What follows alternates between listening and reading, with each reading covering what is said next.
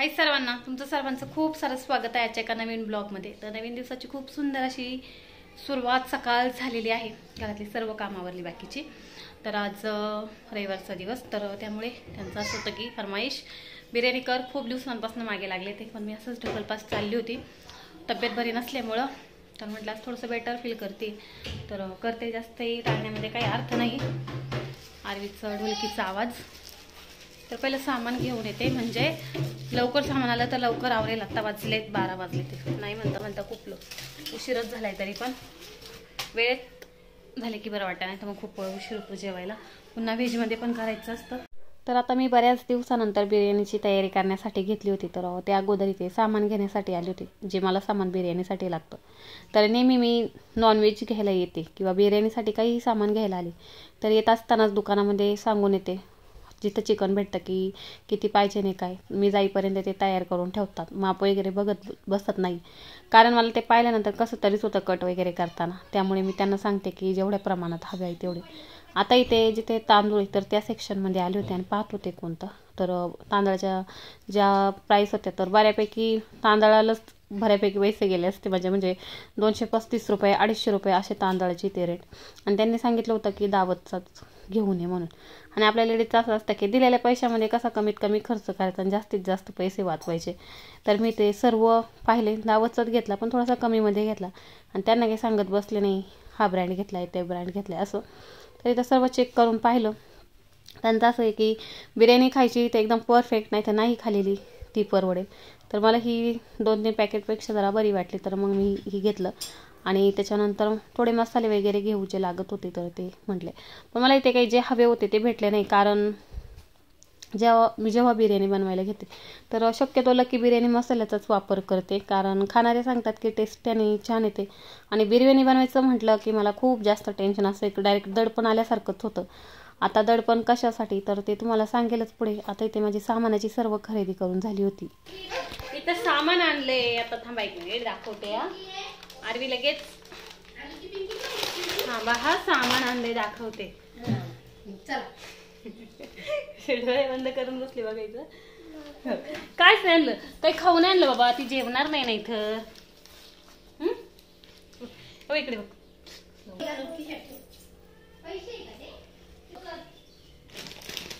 मुलांसारखी दिसती। ए तू मुलगा आहे का? ए आरवी, ए पोरगा, बहुतेक जण तिला पाहून असंच म्हणतात मुलगा आहे का म्हणून।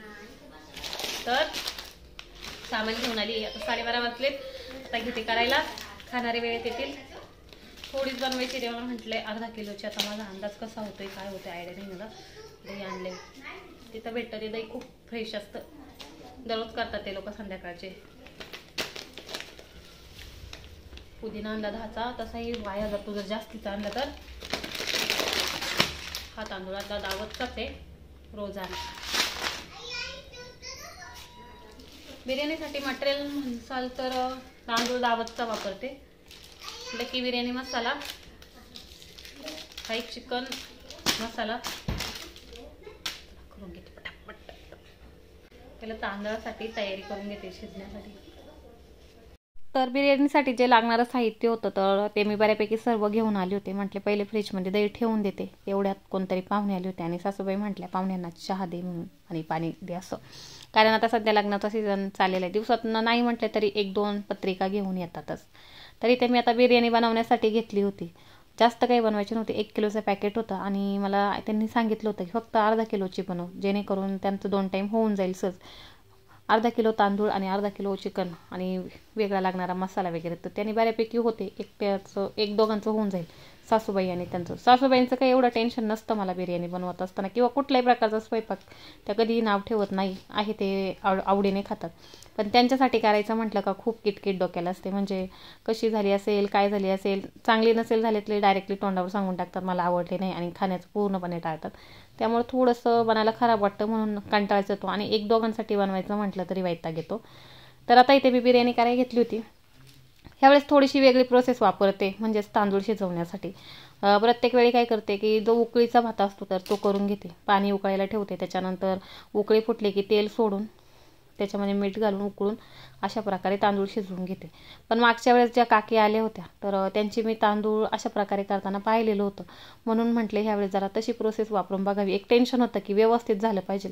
त्यांचं असं म्हणणं होतं की जो आपण उकळीचा भात करतो तर त्याने जी तांदळाची टेस्ट आहे तर ती निघून जाते आणि एवढं काही खास व्यवस्थित होत नाही. तर अशा प्रकारे पहिले तेल घालायचं, त्याच्यात खडे मसाले मीठ घालून घेतलं आणि व्यवस्थित खडे मसाले परतून घ्यायचे, जेणेकरून त्याचा जो चटके मारण्याचं आहे तर कमी होतं. आणि तांदूळ त्याच्यामध्ये गरम पाणी घालून घ्यायचं. एक साईडला मी दिसत होतं की पाणी गरम करण्यासाठी ठेवलेलं होतं, तर ते पाणी घालून घ्यायचं. भात करत असताना थोडीशी चुकले, पण नशीब नंतर ते आले, त्याने थोडीशी माझी चूक सावरली. आता तांदूळ तर झालाय शिजायला टाकू, पण टेन्शन आहे कसं होतोय कसं नाही, कारण पहिल्यांदाच असं करायला ठेवलंय. झाकण ठेवून देते आता आणि चिकन मॅग्नेट करण्यासाठी घेते.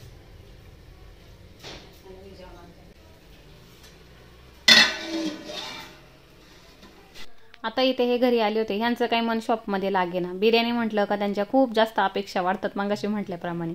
आणि थोडी जरी इकडं तिकडं झालं, थोडीशी तिखट झाली, थोडेसे चटके मारले म्हणजेच खड्या मसाल्याचे की डायरेक्टली नाही ते अशी झाली तशी झाली का पास करून मोकळे होतात.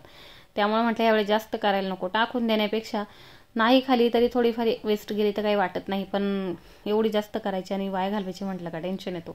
इथे ते मला चिकन साफ करून देत होते, म्हटले एकदम स्वच्छ धुवायचं. इथे तांदळाचं मात्र टेन्शन आलं होतं. मी काय करत होते की जे गरम पाणी केलेलं होतं जसं लागेल तसं थोडं थोडं घालून घेत होते.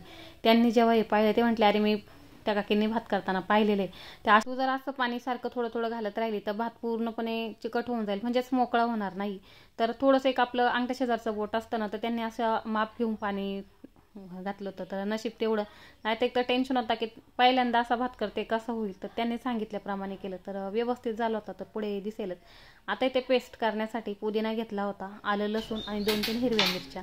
यांचं इथे लक्ष सासूबाईने सांगितलं का आम्हाला प्रत्येक वेळी असं ठरवते की बिर्याणी जेव्हा असेल तर तेव्हा लवकर आवरायची, म्हणजे जेणेकरून दुपारचं लवकर आवरून पुन्हा थोडासा आराम वगैरे केला तर संध्याकाळच्या कामाला तर येते.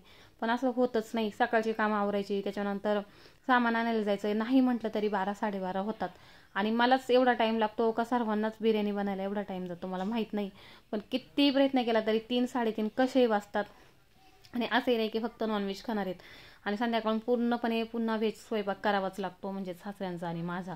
फक्त सासूबाई आणि त्यांचंच होऊन जातं. तर आता इथे जे मॅग्नेट करण्यासाठी साहित्य होतं तर ते घालून घेतलं.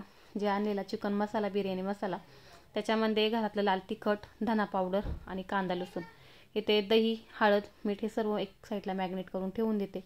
आता पुढची तयारी करायची होती. तर ह्याच्यामध्ये थोडासा वेगळेपणा काय, तर त्यांनी सांगितलं होतं की थोडंसं वाटण पण घालायचं, जेणेकरून जी ग्रेव्ही आहे तर भरपूर येते. आणि मिस्टरांचं नेहमी असं असतं की तुझ्या बिर्याणीला ग्रेव्ही कमी झाली.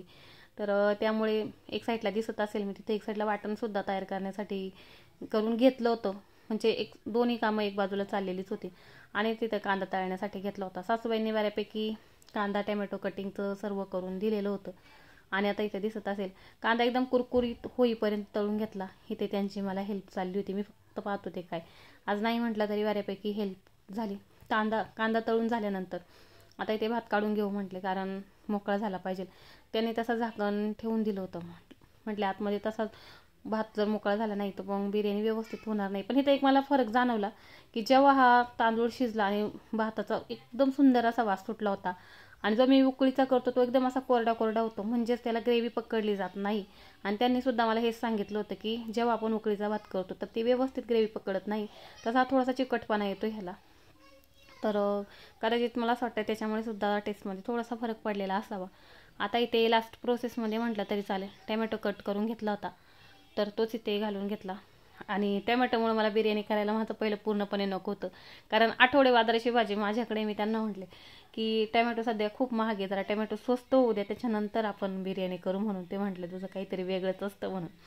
तर आता इथे टॅमॅटो बारीक कट केलेला घालून घेतला तेलामध्ये. व्यवस्थित तेल सुटेपर्यंत परतून घेतला टॅमॅटो आणि त्याच्यानंतर हा तयार केलेलं वाटण होतं तर ते घालून घेतलं. मला त्यांची रिॲक्शन नाही घेता आली, पण मला माहीत होतं, करण्या अगोदरच माहीत होतं बिर्याणी कशी होईल काय होईल माहीत नाही, पण ते एकदम मनापासून सांगणार की नाही आज एकदम टेस्टी झाली, एकदम भारी झाली, आमच्या इथे भेटणारे हैदराबादी बिर्याणी आहे तर त्याप्रमाणे झाली. कारण आज त्यांचा हात लागलेला होता, त्यांनी हेल्प केलेली होती, तर त्याच्यामुळे तरी इथे त्यांना मी बऱ्यापैकी आज कामाला गुंतवलं आणि त्यांनी सुद्धा आवडीने केलं. छान वाटलं. कधीतरी दोघांनी मिळून असं जरा वेगळा अनुभव, नाहीतर शक्यतो ते नाही म्हटलं तरी चालेल किचनमध्ये. मी 5 वर्ष झाले लागणार, त्यांना एकच म्हणते की कधीतरी तुमच्या हाताने असं स्पेशल असं काहीतरी करून खायला घाला. पण माझं असं होतं की त्यांच्यात व्हेजमध्ये बनवायचं काय, आणि तुझे खाण्याचे एवढे नाटक असतात तर व्हेजमध्ये काय बनवू म्हणून असं. तर नॉनव्हेजमध्ये तर त्यांनी आज हेल्प केली. इथे ज्या कामाला माझा अर्धा टाईम जाणार होता इथे त्यांनी डबल टाईम घालवला, म्हणजे थांब व्यवस्थित होऊ दे, व्यवस्थित परतून होऊ दे असं. आता इथे बघा आरवीचा चाललेला वेगळाच खेळ, आरवीचं काहीतरी वेगळंच चाललेलं होतं. कधी तिला छोटं बाळ व्हायचं असतं तर कधी बाहेर चालणारे आमच्या घरामध्ये पाळलेले एक शेरू म्हणून कुत्रा आहे तर त्याच्यासारखं चालत आली होती. तर मी तिला म्हणतो ते आरवी असं नाही करायचं, उठवण्याचा खूप प्रयत्न केला पण ती काही ऐकत नव्हती, तशीच बाहेर गेली. तर आता बऱ्यापैकी आमची बिर्याणीचा मसालासुद्धा परतून झाला होता आणि जे मॅग्नेट केलेलं चिकन होतं तर त्यांना म्हटले आता ते घालून घेऊ. मला आरवीला सुद्धा जेवायला घालायचं होतं, पुन्हा मला स्वतःला सुद्धा जेवण करायचं होतं, तर त्याच्यामुळे. तर आता इथे मसाला वगैरे छान फ्राय झाला, मॅग्नेट केलेलं चिकन घालून घेतलं. तर आजचा हा ब्लॉग छोटासा तुमच्यासोबत शेअर करावा म्हटले. माझे ब्लॉग रेग्युलर येत नाही, मध्ये आधे आठवड्यातून एखादा का होईना ब्लॉग अपलोड करून थोड्याफार माझ्या अपडेट देण्याचा प्रयत्न करेन. चिकन घालून घेतला आणि थोडंसं ज्याचं जे मसाल्याचं पाणी होतं तर तेच घातलं, एक्स्ट्राचं पाणी काही ॲड केलं नाही. आणि आता ते शिजण्यासाठी म्हटले आता तुम्ही थोडंसं लक्ष द्या म्हणून मी तोपर्यंत बाहेर जाते. बाकीची इतर सर्व आरवीला खायला घालणं किंवा माझं स्वतःचं जेवण करणं. नॉनव्हेज शिजवल्यानंतर मला थोडंसं जेवायला मला स्वतःला कसं तरी वाटतं. झालं का चिकन शिजलं काय? कलर पाहून तर वाटतंय चांगला असेल है ना, एवढी कमी टाकली काय. आता बिर्याणी चिकन शिजवून झाले आणि ही वेडी पोरगी बघा कशी करते. मला गाडीवर बस म्हणते, तिच्या थांब ना बसू आपण. शिजला असेल तर ते ह्याच्यामध्ये टाकायचे आवाज अगं आरवी मी काही छोटे का त्या गाडीवर बसायला. ही बघा काय म्हणते मला. इथे सासूबाईंना त्यांना सांगितलं की आता तुम्ही भाताचा थर लावून घ्या. तर मी पहिले काय करायचे, एक भाताचा थर एक चिकनचा थर. तर एकदा मयुरी मला म्हटले की दीदी असं नाही करायचं, त्याच्यामुळे जे एखाद्याला पीस व्यवस्थित जात नाही, एखाद्याला मसाला व्यवस्थित जात नाही, तर अशा प्रकारे तू खाली आणि बाकीचा वरती भात. जेव्हा जास्त प्रमाणामध्ये बिर्याणी असेल तर तसं तू ट्राय केलं तर ठीक आहे. तर त्याच्यामुळे इथे आता भात लावून घेतला. त्याच्यानंतर इथे दम देण्यासाठी सासूबाईंना बाहेर कोळसा आणायला पाठवलं होतं, तर आता इथे कोळसासुद्धा पेटवण्यासाठी ठेवून दिला. हो, कांदा पण टाका तळून घेतलेला. आता आमची बिर्याणी फायनल प्रोसेसमध्ये आली आहे. मी पण जेवण करून घेतलं. ह्यांना आता 3 वाजलेत, एवढा उशीर झालाय. असं पाहून तर वाटतंय चांगली झाली असेल. तर तुम्ही दम द्यावा दोघे जण बिर्याणीला. ओके, तिला खायला घालून घेते ना. तर आता इथे आमची बिर्याणी मस्त अशी सजवून वगैरे तयार झाली होती. ते कांदा वगैरे घालून घेतला, कोथिंबीर घालून घेतली आणि आता इथे दम देण्यासाठी ठेवून दिली. आता मी जे आरवीला जेवण करायला भरवते आणि बिर्याणीची टेस्ट कशी झाली आहे ते करणारे पण सांगेल आणि खाणारे पण सांगेल, है की नाही. येस, कोळसा झाला ना, घ्या. कोळसा झाला ना जळाला ना पूर्णपणे, एका वाटीमध्ये ठेवा, त्याच्यावरती कोळसा ठेवा आणि तूप टाकून लगेच झाकण. आरवीला जेवायला करायचं ना मला. करू का? आता इथे तव्यावरती टोप ठेवून दिला, जेणेकरून तवा आमचा थोडासा जाड आहे तर त्याच्यामुळे गरम होण्यासाठी टाइम लागतो.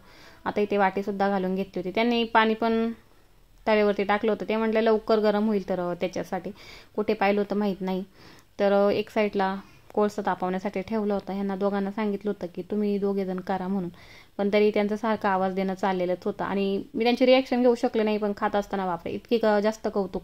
मी आरवीला झोपायला गेले होते तरी दरवाजा वाजून सांगितली, पल्लवी बिर्याणी इतकी छान झाली ना की सांगू शकत नाही. अशा एकदम गोड शब्दामध्ये त्यांनी बिर्याणीचं कौतुक केलं. त्याचं कारण म्हणजे फक्त की त्यांनी हेल्प केली होती असं मला वाटते, आणि कदाचित झालेली सुद्धा असेल टेस्ट. चेहऱ्यावरचा आनंद बघून दिसत असेल की किती आनंद असेल तर तो. त्याच्यानंतर मग मी ब्लॉग शूट केला नाही, डायरेक्टली संध्याकाळी ब्लॉग शूट करण्यासाठी घेतला. दुपारी 4 वाजता ब्लॉग बंद केला, त्याच्यात नंतर तर डायरेक्टली 8 वाजता सुरू केलाय. तर स्वयंपाकाची तयारी झाली, स्वयंपाक झालाय, दोघांना तर आहे बिर्याणी आणि दोघांना व्हेजमध्ये करावं लागेल. तर आता भाकरी करून झाल्यात. भात आता भाजीचा प्रश्न, अशी कोणती भाजी करू की जे दोघे जण खाईल. सासऱ्यांच्या आणि माझी आवड म्हटलं तर पूर्णपणे अपोजिट. जे भाज्या ते खातात ते मला आवडत नाही, मी खाते ते त्यांना आवडत नाही.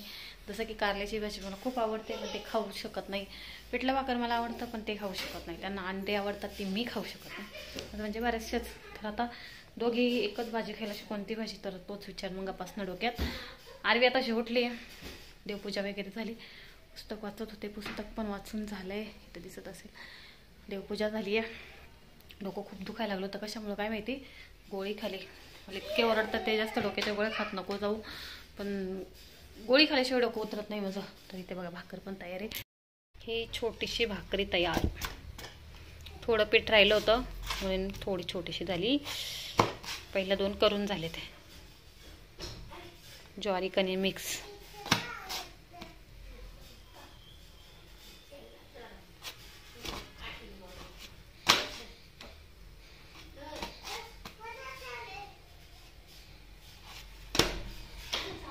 भाकर पण तयार.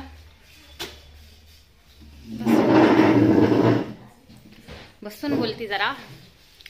तर माझ्या यूट्यूबचा एक थोडासा नाही म्हणणार तसा मोठाच प्रॉब्लेम आहे. खूप दिवस झाले चालू आहे, जसे माझ्या व्हिडिओत नाही तसे, पण म्हणते व्हिडिओज काढत नाही तर त्याच्यामुळे काही जास्त सिरियस नाही घेतला.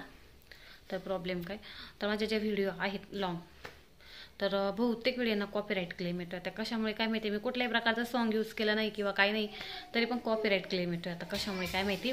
दुसरं असं की ज्या व्हिडिओ वर्षभरापूर्वी काढल्या होत्या त्या मॉनिटाईज पण म्हणजे मी करून ठेवलेल्या, आणि म्हणजे भरपूर त्या व्हिडिओना व्ह्यूज वगैरे पण गेलेले आहेत काही. तर त्या व्हिडिओना आत्ता कॉपीराईट यायला लागला आहे, 1 वर्षापूर्वीच्या 1.5 वर्षापूर्वीच्या. तर असं काही ना काही प्रॉब्लेम चालू. एक तर तब्येत बरी नसताना व्हिडिओ काढायचे आणि त्याच्यामध्ये असे प्रॉब्लेम आले का पूर्णपणे मूड खराब होऊन जातो. तर बघू, मी केवढं सिरियसली घेतलं नाही. चालेल तर चालेल, नाही तर नाही, पर्याय नाही. आता माझ्याकडे काही ना काही प्रॉब्लेम चालूच असतात. मध्ये शॉर्टला झाला, आता लॉंग व्हिडिओना झाला.